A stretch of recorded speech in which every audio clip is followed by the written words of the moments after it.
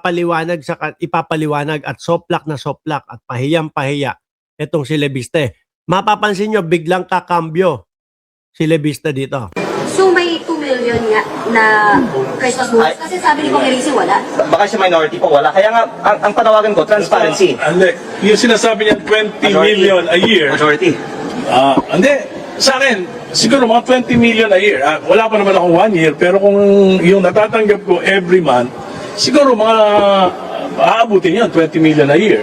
Pero ang ginagasta ko para sa district ko, district office, I'm paying district fees. Ang sweldo ng mga tao ko doon sa district, 600,000 a month. Lahat ng mga kailangan doon, supplies, ikulang pa yun. And Kaya nga, baka nagdagdag dahil kulang. ang punto ko po ay hindi na mali ito. Hindi naman daw mali, Puking.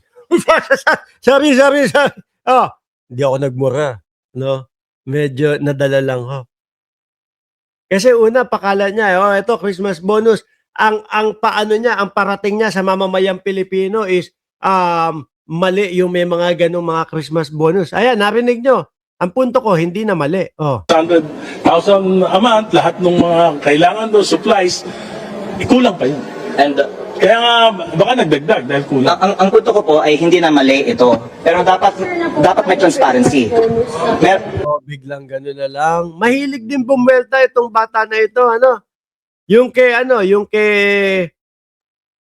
pangalan yun? Yung kay Terry, yung kay Terry. Ano ang apelido? Nung congressman. Si Larry Gadon kasi ang naiisip ko eh. Yung doon kay Congressman Terry, sabi niya? May insertion daw ho. Pero nung sinoplak siya, Redon. No? Ang nasa utak ko, Gadon eh. Yung kay Terry Redon, sinoplak siya. Ano sabi? Ay, hindi pa ho ako congressman nung sinasabi niyang may insertion ako. Soplak. Sabay kabig, sabay kambyo, mga boss chief amo, sir. Diba? Tapos ito, ang sinasabi ko, hindi naman po mali. Diyos ko. Ano mapapala nyo dito, mga DDS?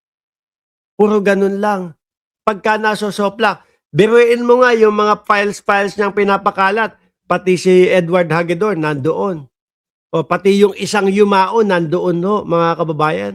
Ibig sabihin, ang pakay lang nito ni Lebiste, manira lang po. Sirain sa publiko po. Yung mga kalaban nila sa politika. Ngayon, mismo, ayan po, kasama niya sa minority, sinosoplak siya.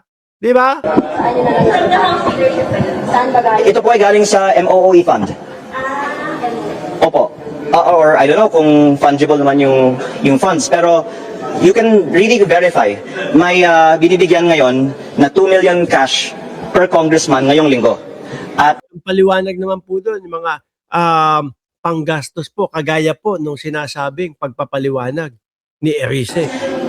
ang panawagan ko, huwag tigilin necessarily ang mga Biglang wag tigilin. hindi mo alam kung ano susundin dito sa kupal na to no? Hindi mo alam kung eto pinapakalat ko yung the way kung paano niya ipakalat, kala mo maling-mali yung mga nangyayari at ginagawa. Pero kapag ka nasoplak po, wag tigilin, wag ihinto. Wala naman pong mali. Anak ng tokwa talaga itong mga DDS na ito, no? Mahihilo ka parang yung dating Pangulong Duterte ho, mga boss chief amo, sir. Yung dating Pangulong Duterte, ano ang style nun? Bibira, babanat. Kinabukasan, biglang sasabihin, ay wala po ako sinabi na adik si Marcos. Hindi ho sila nahihiya ng mga ganun. Yung tipo bang na-record, na narinig ng mamamayang Pilipino yung kanilang mga pinagsasabi,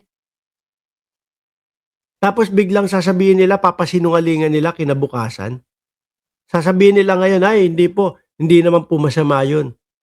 Transparency lang po. practice na ito, pero maging transparent tayo sa publiko, lalong-lalo na dahil ito po ang main point ko, hindi yung use nito, pero yung proseso. Ang panawagan ko, i-debate natin lahat ng mga budget, lalo na yung mga ini-increasean ng budget, dahil ang Kongreso ay nagtaas ng sariling budget ng 10.5 billion pesos na walang debate. At ayaw ko pong sabihin na ginagawa ito, na walang nag-question, Kaya napahayag po ako para lang on the record na hindi ito naaprubahan na walang nag-question. May nag-question pero hindi pinagbigyan tayo na talakayin ito sa Kongreso ngayong araw. Congressman Lee still make 2 million pesos cash Si Congresswoman Swansea. to pick up this week at bawat congressman as Christmas goes. Different or I vehemently deny that statement. That's all I'm gonna say.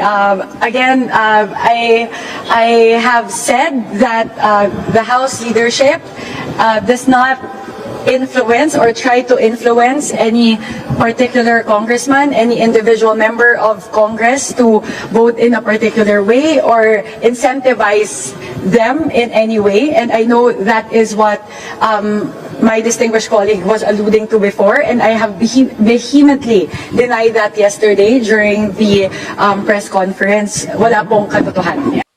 Ito naman po, kay Miriam Defensor Santiago, kay MDS naman, no, mga boss chief mo, sir. O, pakinggan natin, ha?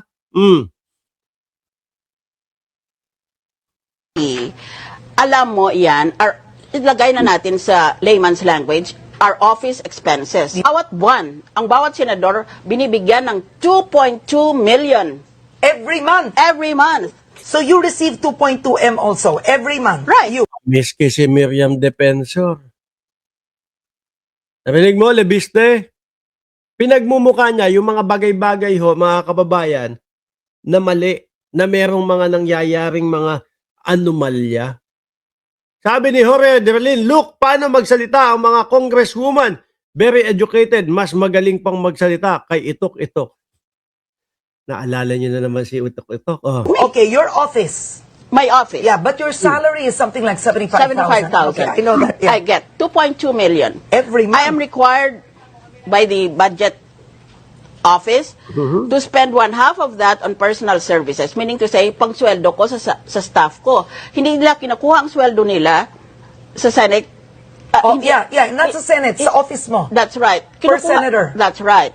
Kaya, nasa sa senador yun kung ilang tao ang, Yeah. ang susweldohan Kung niya. maliit ka magsweldo o malaki ka That's right. magsweldo. At saka ikaw mag-determine Talagang ginagastos doon sa kanilang mga opisina ho. kung ano ang sweldo ng bawat isa. Okay. Ngayon, 2.2 million na yan, kalahati para sa sweldo. Net to, yung 2.2, net ha? Oh, net, okay. 2.2. Alright. Pagkatapos, ang kalahati niyan, dapat gastusin mo sa rental mo sa opisina. Kung wala kang, kasi may mga opisina kami sa Senado, maliliit na mga kwarto yon, hindi kasya. For example, Okay. in my case, I Mga existing na mga pinagkakagastusan. Yung kunyari, meron kang, dahil nga daw sinasabi niya, maliit yung mga kanilang mga opisina doon mismo sa Senado, kailangan nilang magrenta, kailangan nilang magbayad ng mga ilaw, tubig at renta ng kanilang opisina, kaya ganun. was Doon napupunta. 'Di ba? O si MDS ho yan, mga bossing. maybe 30 to 40. Ngayon, Oh,